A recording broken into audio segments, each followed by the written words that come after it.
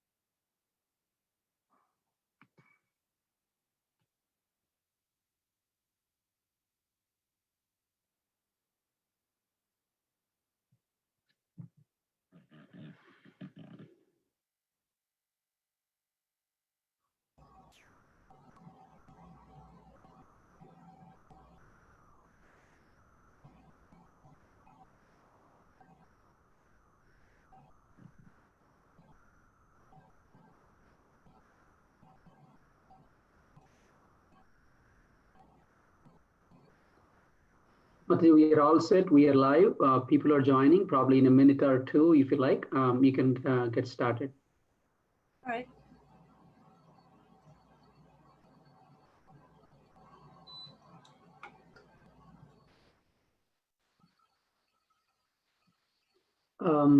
Just want to introduce Hare Krishna, everybody who joined live on Facebook and on Zoom.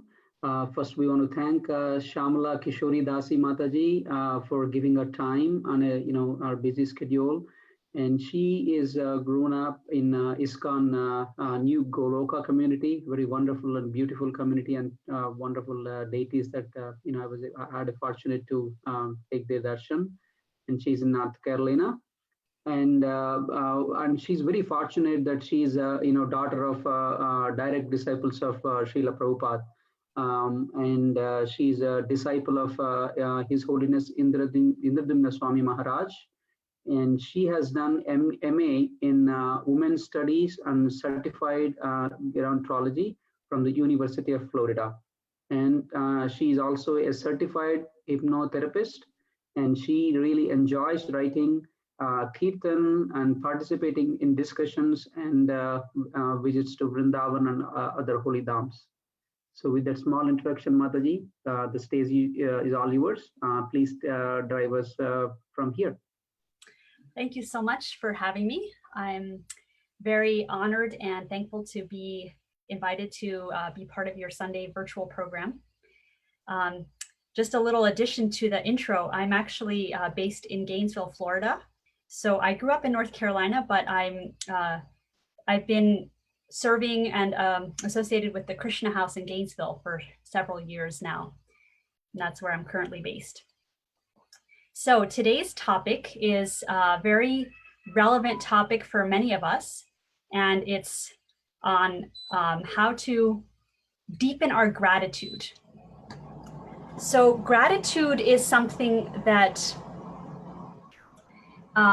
if you think about, so first I want to just ask you whether you can relate. I think most people who are listening can relate to the materially conditioned mind is riding on two tracks and more, but this is in connection to the topic of gratitude. I was thinking about how we're conditioned materially to focus on negative things. You can see how in the world people are constantly focusing on negative news and sharing as soon as they meet with a friend.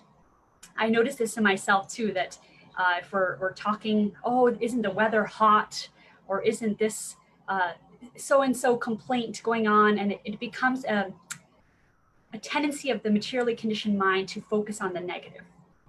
And then the other side of it is the tendency to become complacent, to become maybe lethargic or a little bit, just taking things for granted. So when we, for example, so the negative thing, which I mentioned, is like focusing on the news, talking about negative things with friends. And then on the complacent side, becoming just kind of taking things for granted that we're receiving in our lives. And we're surrounded by this ocean of wonderful, wonderful opportunities and mercy pouring in. But because our mind has this tendency to become complacent, there's this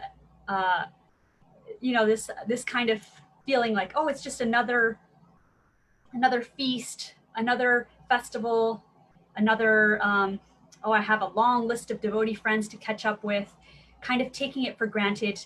I know that when I grew up, because I grew up in ISKCON, that there were definitely times where I just took it for granted, being surrounded by wonderful association and all kinds of devotees and all these opportunities that I had.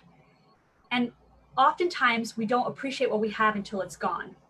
So if you think about even simple ways, like for example, if your favorite service is to do something in the kitchen, then if you cut your finger, suddenly you'll really, you'll appreciate when your hands were functioning well. But when our hands are just functioning well, we might not notice it. We might just take it for granted. Or for example, I was in a car accident 10 years ago, and I at the time had broken a leg in that car accident. And it wasn't until that accident that I realized how much I had taken walking for granted, right? It was just a part of my life. I never thought about how special it is to be able to walk. Or if we lose our voice, then suddenly we can't chant and kirtan. Or if a relative or a friend or a loved one passes away, suddenly we think, oh, if only I had told them how much I cared for them, all these things. So this is the nature of the materially conditioned mind, something we have to constantly fight against. This, on the one hand, this negativity, on the other hand, this complacency. So gratitude is a solution to both of those problems. And it's something that we have to work on. So in today's talk, I'm going to focus on the first part, just mentioning the different types of gratitude with some examples. And then we're going to talk about spiritual qualities that are tied closely with gratitude. And then finally, we're going to talk about applying gratitude in our lives and making it an actual practice of gratitude.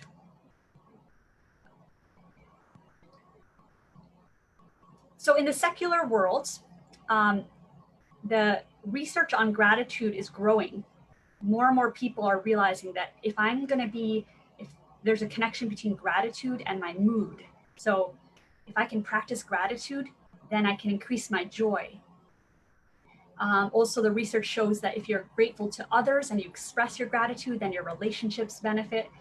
So more and more of this research in the secular world is happening.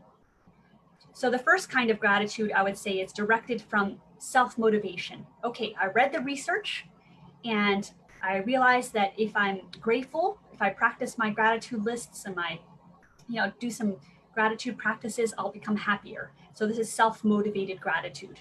Or, oh, others will like me more. So let me be grateful so that my relationships improve. So this is a positive. However, it's motivated by a selfish interest. Then the next kind of gratitude, which Krishna covers in Bhagavad Gita, is the gratitude that we all need to feel due to our obligations in this world. So it's a dharmic or a dutiful gratitude. So I'm grateful to all the elders that have come before me and are able to pour their wisdom on me. Or I'm grateful to the cows because of all the gifts they give me through their dairy products. I'm grateful to the brahmanas for their wisdom. And so Krishna is encouraging us in the Bhagavad Gita to give back to those who have given to us in this life. That's just the dharmic, the duty of a human, to be grateful for those that have given to us.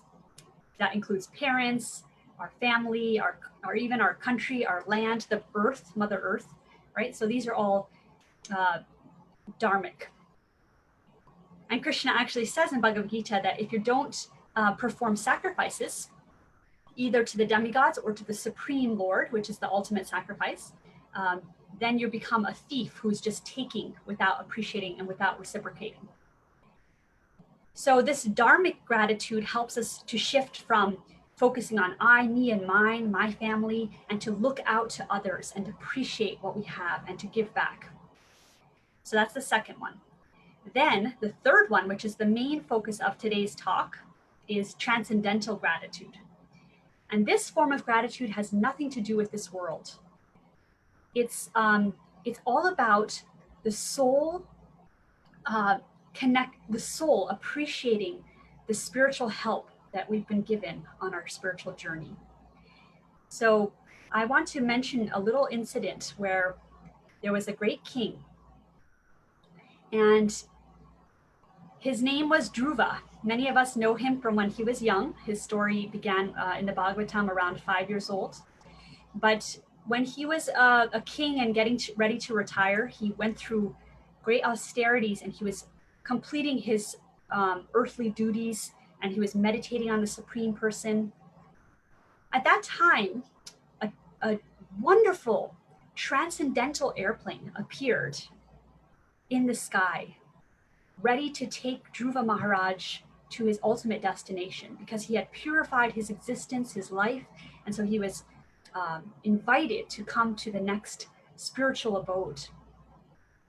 So when this airplane arrived, which was described as big as a house, it was a beautiful airplane, Dhruva Maharaj stepped onto the airplane, and it's described that he stepped onto the head of death, and he entered this beautiful airplane where there was these servants of God, these Vishnu Dutas, ready to receive him. And then as he seated himself in the airplane, the Bhagavatam describes that just as the plane was about to start, and keep in mind these are not mechanical engineer-run airplanes; they are transcendentally traveling, so they don't require mechanical devices of this world. But as the airplane was about to transcend above this world, Dhruva Maharaj suddenly remembered his mother, Suniti. And he thought to himself, how shall I go alone to the Vaikuntha planet and leave behind my poor mother? So his mother had been the first person in his life to get him started on the spiritual path.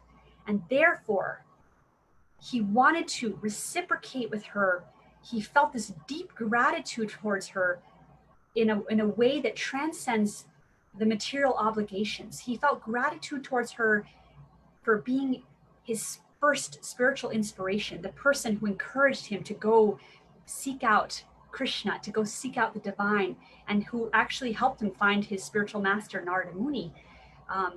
So he wanted to pay her back by also inviting her to come along. And so he asked the Vishnu Dutas, and they said, don't worry, we've arranged another transcendental airplane for your mother.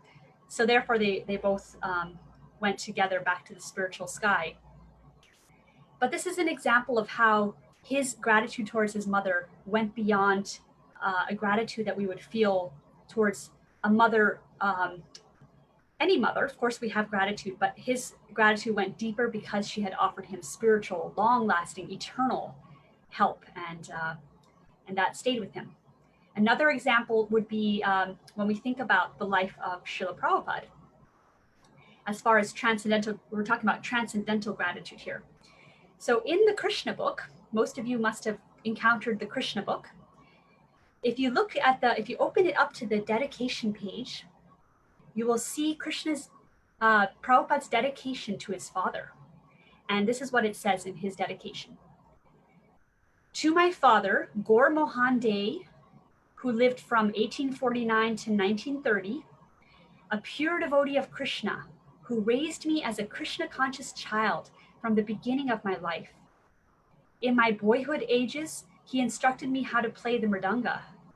He gave me Radha Krishna Vigraha to worship, and he gave me Jagannath Ratha to duly observe the festival as my childhood play. So for those who don't know, Jagannath Ratha is the cart pulling ceremony of the Lord. And then he says, my father was kind to me, and I imbibed from him the ideas later on solidified by my spiritual master, the Eternal Father. So again, we see how his gratitude, not just for a father, which is already a special thing to have a father who's kind, but even more, his gratitude is so deep because his father instilled in him those spiritual awakening, that spiritual desire to start seeking out ways to serve Krishna. And then ultimately, his father's instructions and guidance helped him, led him to his, who he describes as his eternal father, his spiritual master, Bhakti Siddhanta. So in his dedication, we see an example of transcendental gratitude. Another example in Prabhupada's life was when the temple, the first center of ISKCON was in a small storefront in 26 Second Avenue in New York. And they used to have these programs, many devotees and many newcomers all crammed into a small storefront, listening to Srila Prabhupada talking about the teachings of the Gita. And so one day during a lecture, a disheveled man stumbled into the class, and he was carrying with him some toilet paper and some paper towel rolls. And he just kind of walked through the crowd of people in attendance and went straight to there was a tiny little bathroom off to the side. He went in there and placed the toilet paper and paper towels into the bathroom, and then stumbled back through the crowd and out the door. And Srila Prabhupada was very grateful for this seemingly insignificant small act of service. But Prabhupada was saying, just see how this simple act, he's doing something for Krishna. And he was appreciating that man, that anonymous donor of bathroom amenities. And Prabhupada's gratitude was transcendental there because the person had done something spiritual that was going to benefit him on his spiritual path. And then finally, another example of Prabhupada that I wanted to mention is, and we see this in some of his Prabhupada's lectures, where he actually expresses emotion and will even shed some tears in different instances. One particular lecture, which was on Bhakti Siddhanta's disappearance day, Prabhupada began to cry near the end of his talk. His talk wasn't very long, but near the end, he was expressing his deep gratitude towards his spiritual master for giving him so many spiritual sons and daughters to help him spread the mission in the West. And as he said those words, he kind of choked up and cried a little bit with transcendental emotion, feeling so much gratitude towards how his spiritual master and Krishna had facilitated his preaching endeavors so well in the West. And then we see, turning now to another form of transcendental gratitude, we see in the life of Kunti Devi. So she was a queen who had many, many struggles in her life. She had gone through all kinds of difficulties with her family, her extended family, ostracizing her and her children and trying to kill them in various ways. So she had to go through so much difficulty. And yet, when she's praying to Krishna, she's pouring out her heart to Krishna. She's saying, "Oh Krishna, I'm so, I would want this suffering again if it was, I would be okay having it all over again if it would allow me to come closer to you." Because she noticed how when she was suffering, when there was difficulty, that her and her children, they would call out to Krishna with so much earnestness, and they would feel his presence, and he would reciprocate and come and help them. So she was saying that she was expressing her gratitude towards suffering, which is something that is a very profound, powerful point that we could actually head into a whole other, another discussion about how to do that. But for now, we'll leave it at that, how to appreciate even tragic times. And then finally, in our description of transcendental gratitude, I want to talk about Krishna's gratitude. So Krishna, the all-attractive person, the supreme person who is known by many different names across many spiritual traditions, he is the best person, the kindest, the most benevolent, the most loving. And he's also the best example of gratitude. He gives us the best example of gratitude. So let's look at examples from Krishna. First of all, in the Bhagavad Gita, Krishna says in 9:26, he says, if one offers me with love and devotion, a leaf, a flower, a fruit, water, and I will accept it. And if you think about that verse, all the items in there are very, you could say, simple or not very difficult to come by, right? So Krishna is expressing his appreciation for simple offerings that we could give him. A leaf, a flower, a fruit, some water. And if we offer that just with our heart and devotion, then Krishna will accept it. So Krishna's demonstrating how he is grateful for the smallest of things when it's offered with devotion. So he's giving us this example of how to be grateful. Krishna is somebody, he's the only person in our life who has been with us from the beginning, who has stayed within our heart lifetime after lifetime. He's so eager to notice any little service that we do for him, that if we do one thing, take one step towards him, he will take 10 steps towards us. So he is the ultimate example of his gratitude. He immediately reciprocates any small thing, even if we look towards him briefly and go, I wonder what it would be like if I was more spiritual, or I wonder if I could just figure out something on my spiritual path. Like if we're just making a little endeavor, Krishna notices and he immediately reciprocates. There's examples of Krishna interacting with his devotees where he reciprocates for the smallest of gifts. And I thought of 3 that I will quickly share. So Sudama was his friend from his school days, and Sudama was in his adult days was very poor and had nothing. But one day he went to go visit his friend Krishna, who was at the time a royal in the royal order, had a kingdom. So Sudama, this poor Brahmin, goes to visit his friend Krishna, and he brings with him a small bag of broken rice, because that's all that his wife could find. She went around door to door asking the neighbors, do you have anything that my husband can bring when he goes to see his friend Krishna? Because in Vedic culture, you bring gifts when you go to see someone. So Sudama had this little bag, cloth bag, wrapped with some chipped rice inside. And Krishna snatched that bag from him at one point, said, what are you hiding from me behind your back? And he took it from Sudama, and he actually ate some of that chipped rice. And he relished it so much. He appreciated it so much, even though it was, by our standards, very plain, very almost like an unofferable offering because of its simplicity and it's coming from a place of poverty. But Krishna, his gratitude to Sudama was so deep towards Sudama's devotion towards Krishna that he actually reciprocated in a wonderful way by providing Sudama with all kinds of facilities after he went back to his residence.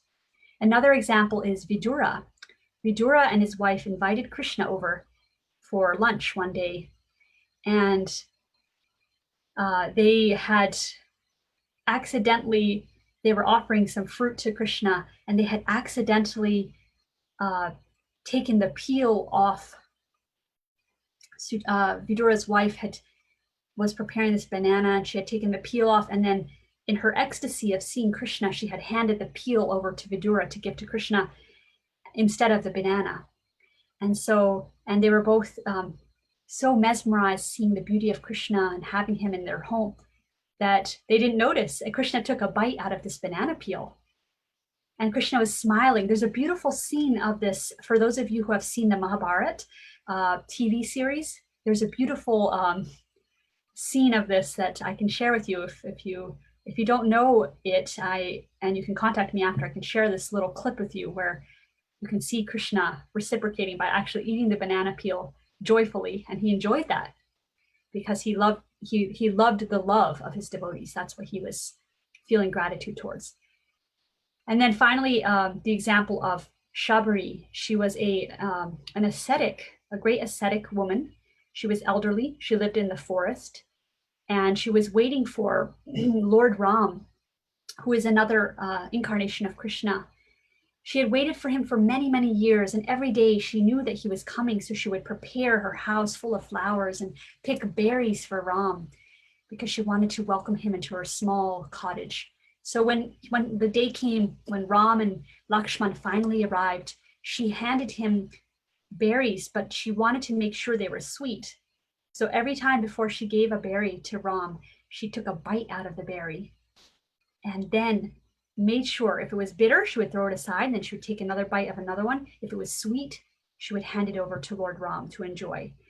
And for those of us in the Bhakti tradition, we know that when we do an offering for the divine person, Krishna, we don't taste it first. We first offer it before tasting it. But her love was so intense that she was not thinking about this etiquette at all. And Ram was simply enjoying, gratefully accepting this half-eaten berries and appreciating them so much. So now let's look at how gratitude is connected to other spiritual qualities. So I was thinking about, and this can be a very wide discussion with many different connections made, but I want to focus, just to keep it simple, I want to focus on two spiritual qualities that devotees of the Lord imbibe, that are striving to imbibe, that precede gratitude, that have to come shortly before we can be grateful, and then two qualities that come after, immediately following gratitude.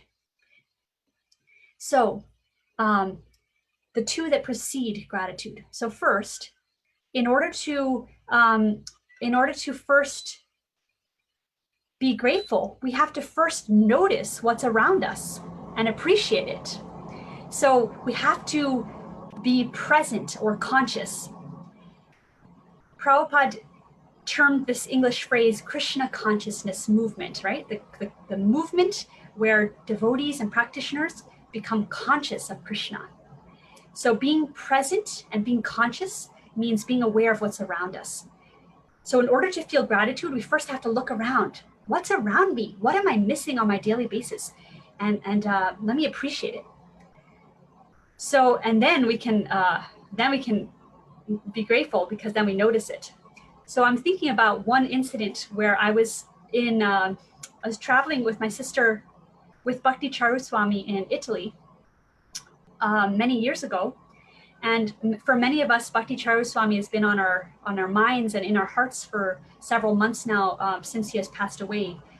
He imbibed gratitude so deeply in his expressions of care and concern and reciprocation with devotees.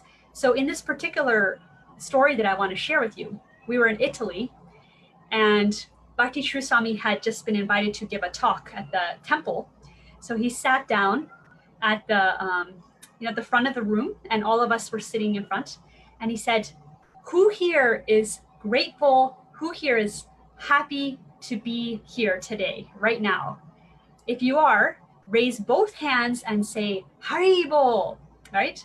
So he was invoking in all of us that appreciation, taking that time to be present and aware of what's around us, where we are, the opportunity to be able to listen and share Krishna consciousness with each other. So in that time, I was a little distracted because I was quite young at the time, and I was enamored with taking photos. And so I wanted to catch a good photo of him, of Bhakti Charuswami. So as he raised both of his arms, he looked so beautiful, of course. And so I thought, oh, perfect moment to capture a photo.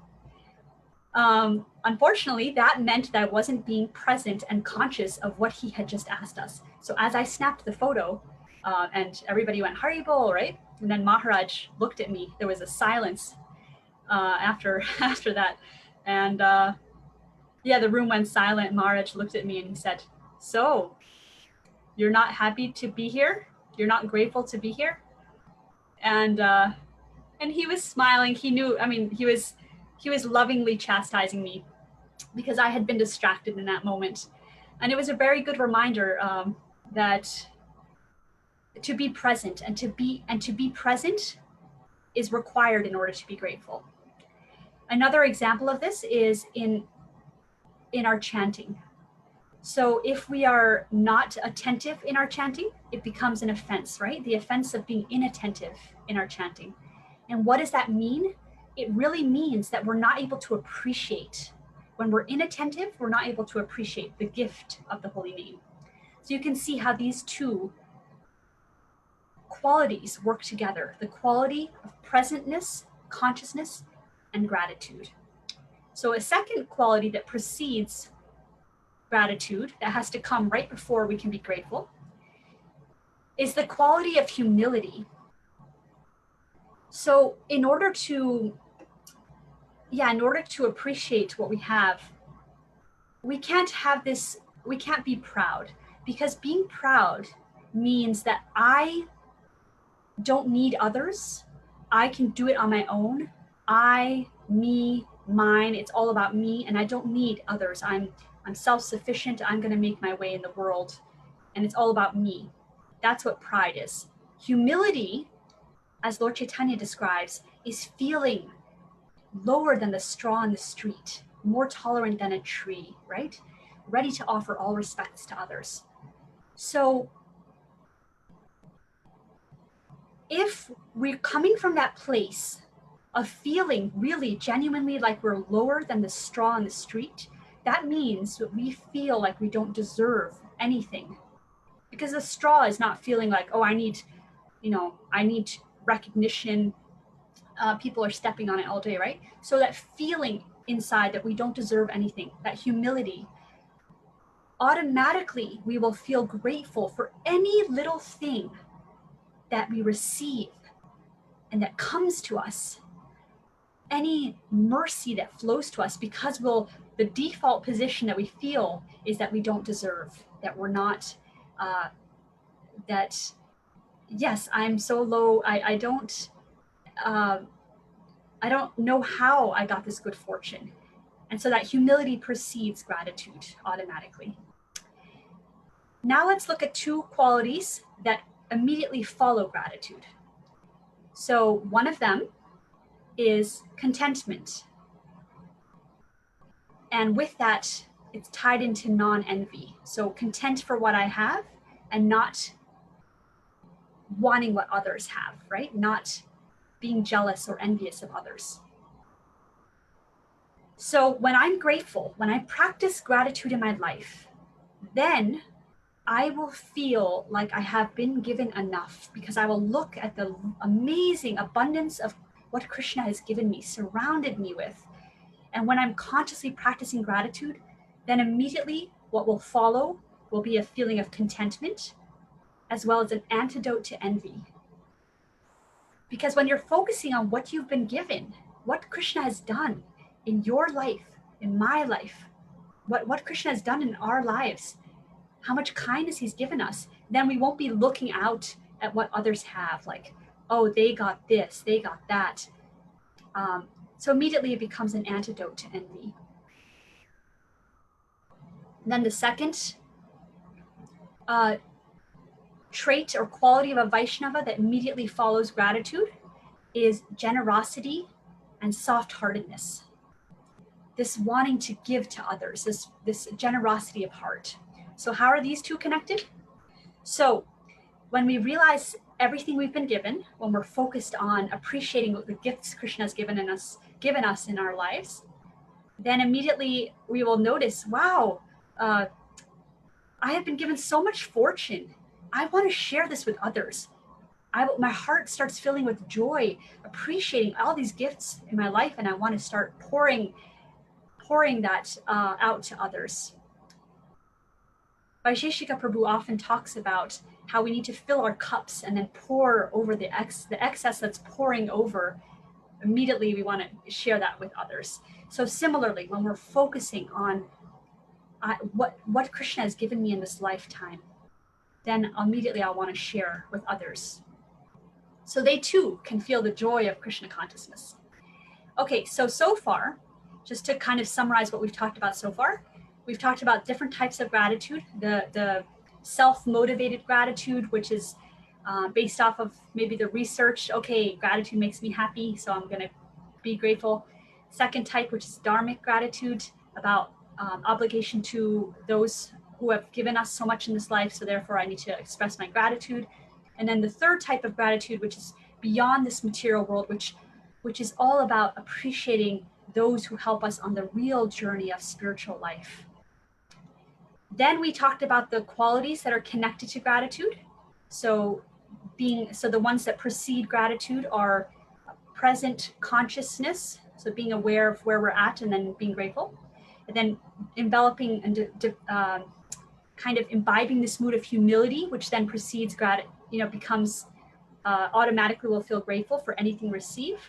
And then the two qualities that follow gratitude are contentment and feelings of non-envy. And then also wanting to give to others, this soft-heartedness, this generosity. Okay, so now this final part of the talk, and then before we open it up for discussion, I want to talk about gratitude practice. So practical ways that we can increase our feelings, our gratitude in our life. When I say gratitude practice, I'm distinguishing this from an attitude of gratitude. So an attitude is also wonderful, but a practice takes it to the next step. For example, I can have an attitude of being somebody who exercises. In my mind, I can think, oh, I'm somebody who exercises. I can get the shoes and the good walking shoes and the walking stick and all the things that you need maybe to go on a hike. And I can have that attitude. But if I don't actually put the shoes on and go out the door and actually apply it, then it's just an attitude and not a practice. So both have to be there, the attitude and the practice. And then there's going to be, I'm going to divide this into two parts. So there's the gratitude that is personal. So within myself, the reflective, personal gratitude, and then there's the interpersonal gratitude, which we'll do second. So first, and these are just some ideas that I have brainstormed, but there are many, many more, and I would love to hear some of your thoughts after I go through these ways of deepening our gratitude. So first of all, when I have noticed in my life feeling complacent or taking things for granted, I found this practice helpful where I ask myself consciously, what am I taking for granted? Maybe pull out your computer and you can start writing a list. What are the things in my life I'm taking for granted? What's around me that I'm not noticing? And then reflecting on this song. There's a beautiful song by Govinda Das. Bhaja Hure Mana Srinandanandana Abhaya Charanaravindaye. So there's a line in that bhajan. It says, Kamala Dalajala Jivana Talamala Bhajahu Haripara Nitye. So that particular line of the song translates to, it's describing how life is very, very fragile, like a drop of water on a lotus petal. So some of you might have seen a lotus petal, which is kind of waxy, and a little drop of water on it. So any moment that drop of water can roll down, right? Similarly, so a practice can be meditating on this point, that I have been given this gift of a rare human form of life. And any moment it can be taken away. We're in very, very tenuous times now with so many things happening in the world. Coronavirus, we see how it has impacted so many lives, resulted in so many departures of loved ones. So at any moment, our lives also could also be taken away. Therefore, let me take advantage of it, reminding ourselves, let me appreciate every moment as a gift. So this is kind of a practice for training ourselves to notice what's around us and to be appreciative of each moment. Now, a practical way to do that is something that's a little more tangible, is to have a gratitude journal. And this is something that even in secular world, they talk about, having a gratitude journal, specifically before bedtime. You have a book. I have a little notebook that I keep next to my bed. And just before you go to sleep, you take a few minutes to write down all the wonderful things, Krishna, all the gifts that you have received in this life, specifically that day. So of course it would be too long of a list to list everything in your life, but to focus on what are the blessings I have received today. So there's a common English expression, count your blessings. And so counting, keeping track, right? The Dalai Lama actually has a quote where he says, move away from counting your burdens to counting your blessings. In the same vein, Rupa Goswami says, there's a beautiful quote where he says, just as a miser collects, counts, and remembers his or her money, similarly, let me collect, count, and remember the holy names of the Lord.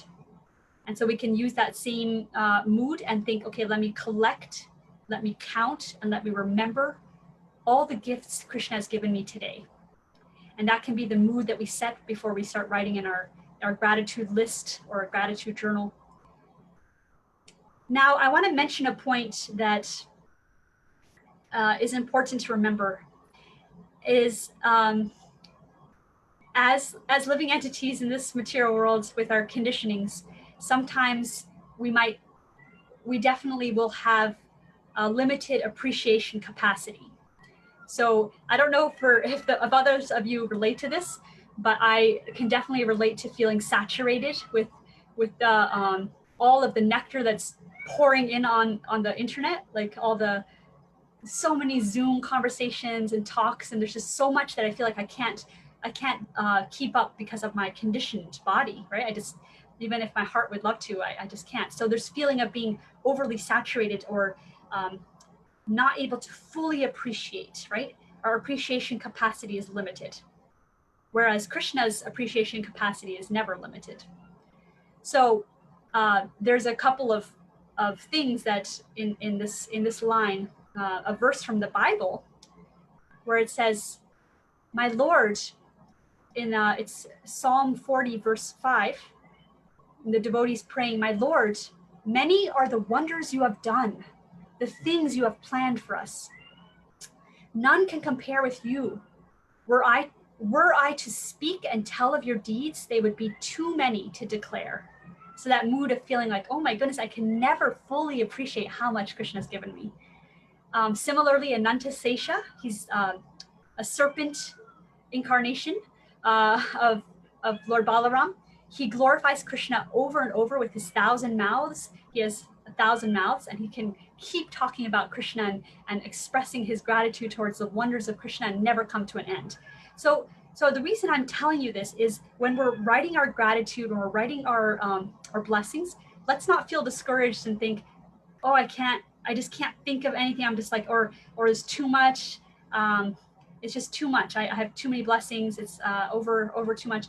So what I found helpful is to at least write one thing, to find one thing before going to bed that I really appreciated that day, and thanking Krishna for that. What happens when we do that is it fills our consciousness with a loving appreciation for Krishna right before we go to sleep. So we go to sleep in that mood of love for Krishna.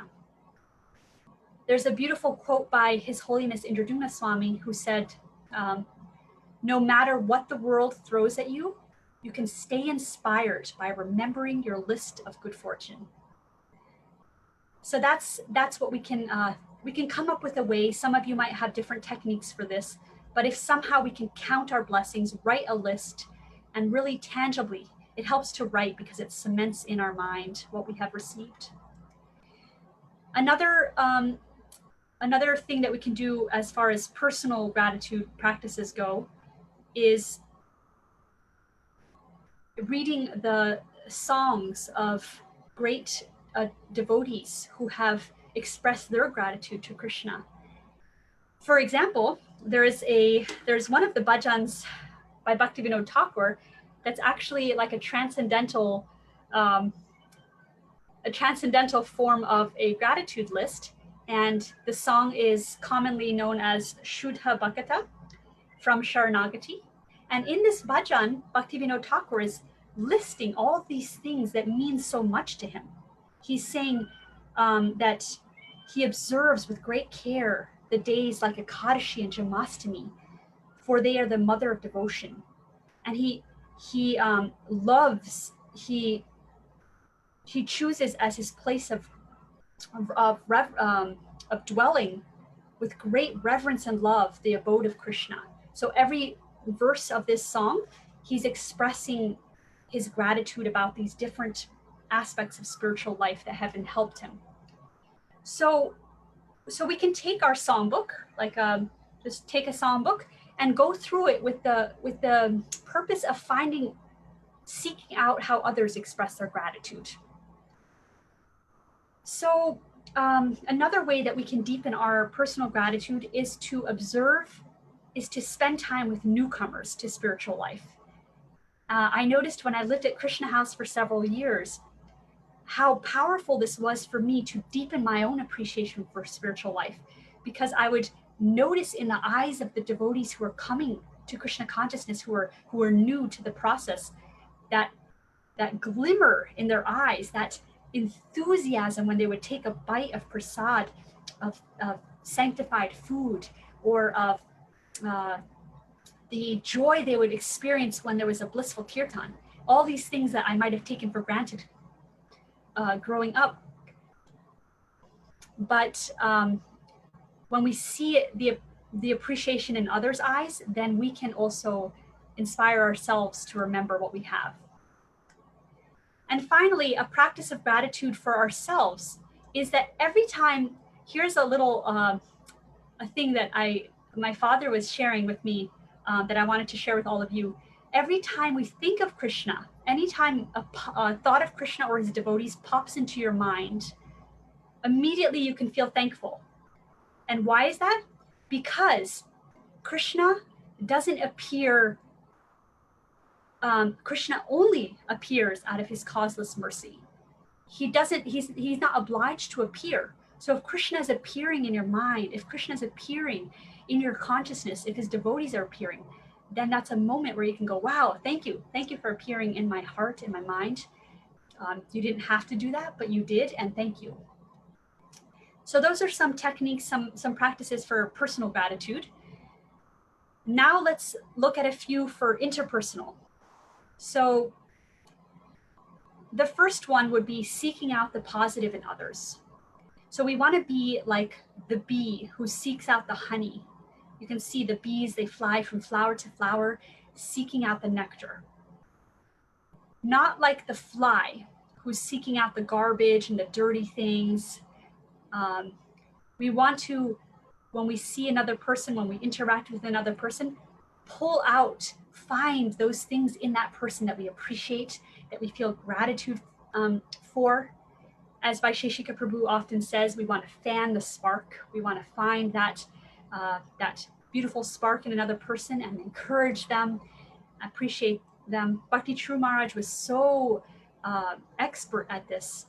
There were so many times when we would do small things for him, and he was so appreciative, so grateful.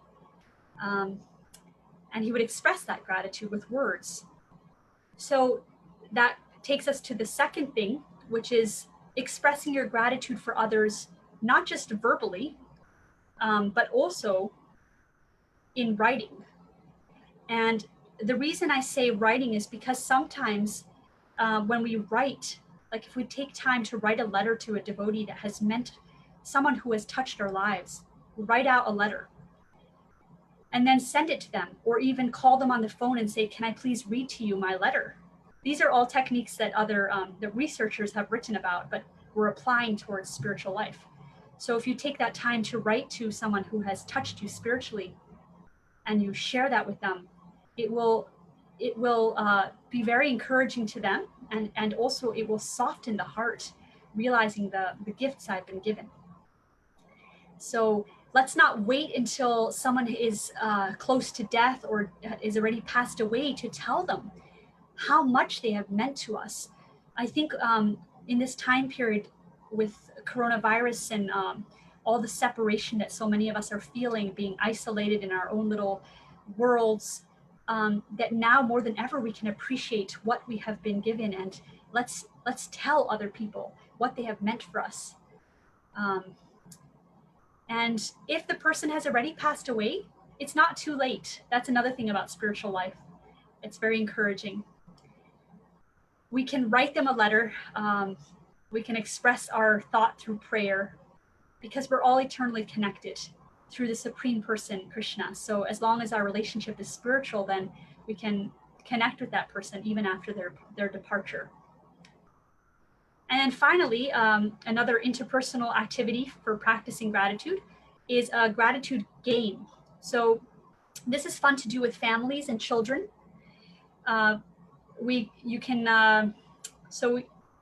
How this can be is you can have like a family time where you create a game of everybody goes around in a circle and shares something they appreciate. And you can come up with different ways to do this creatively, but basically ways to have the children also take part. What are they enjoying in their life? What are they enjoying in their spiritual life? What do they love about Krishna? What did they love when they went to the temple? What did they love to see in another devotee? What did they appreciate about what somebody did for them? And so if children grow up learning this habit, this practice, right? Because gratitude is a practice. Like I said, the nature is to focus on the negative and to focus on being complacent or just to be complacent. So if children grow up habitually practicing gratitude, it will become second nature, always seeking out the good, always telling others how much you appreciate them. So just to summarize, the goal of all of this discussion about gratitude is to limit or to reduce the intervals between the times that we are complacent and the times when we're feeling grateful to Krishna. And the more we practice, the smaller these intervals will grow. So right now there might be a big window of time between when I'm feeling just, my usual complacent, lackadaisical attitude towards spiritual life, and then the time when I write in my journal or tell Krishna how much I appreciate something. But as time goes on and we practice gratitude, those times will grow shorter and shorter.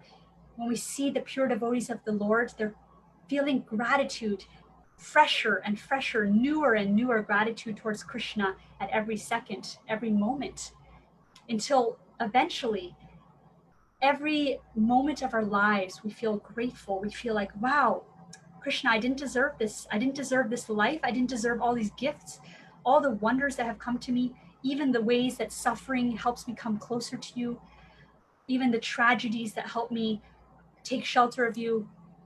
Eventually, everything will come together and our whole life will feel appreciation for Krishna. That's the goal. And so these little practices can help us get to that ultimate achievement. So thank you so much for listening and for inviting me to share some thoughts on gratitude. I would love to open it up now to any questions, reflections, discussions that you might have. Hey Krishna Mataji, thank you so much for such a wonderful, well-prepared class. It was at least helped me a lot because you started with the theory and then gave many of the examples from great personalities and even Krishna and Prabhupada. So that helps to relate theory to how it was practiced by somebody who are elevated, so which gives an inspiration but also you gave tips, very simple tips, which we can, incorporate in our life to practice this more. Thank you. Thank you so much. Thank you so much. And one of the wonderful point that you made is, gratitude always need to go with humbleness. Otherwise, we don't really take ourselves time to say how thankful to others. So to say thank you to others means you're trying to make yourself humble. Yes. Thank you. Thank you. Appreciate it. So anybody on the on the Zoom, if you would like to have a share a comment or a question, please unmute yourself, and then share your thoughts.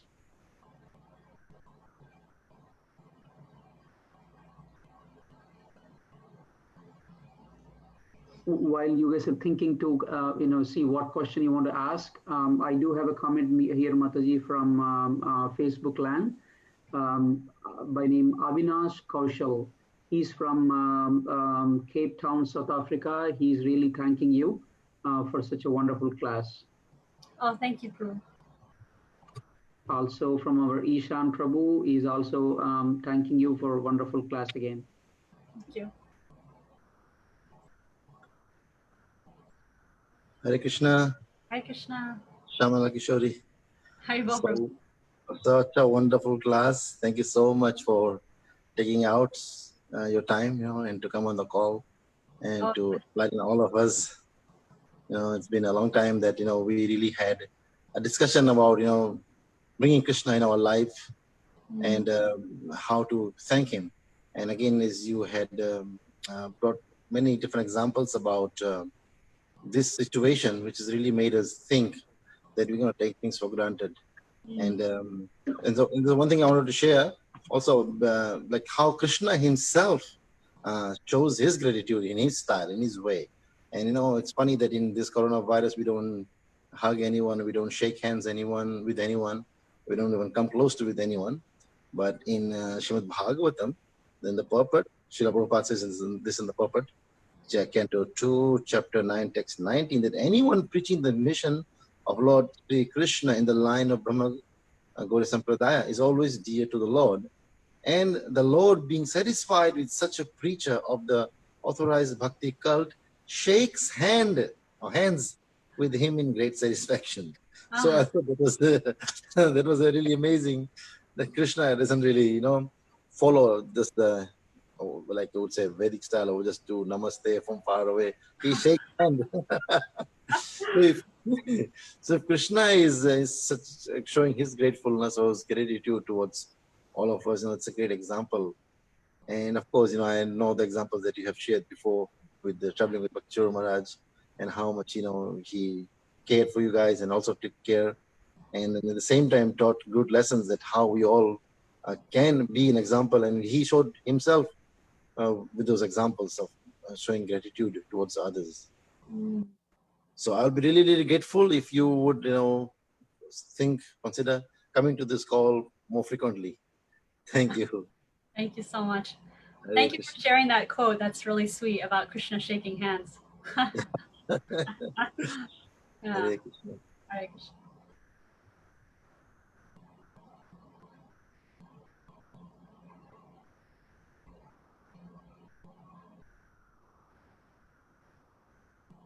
Any other comments or questions from anybody?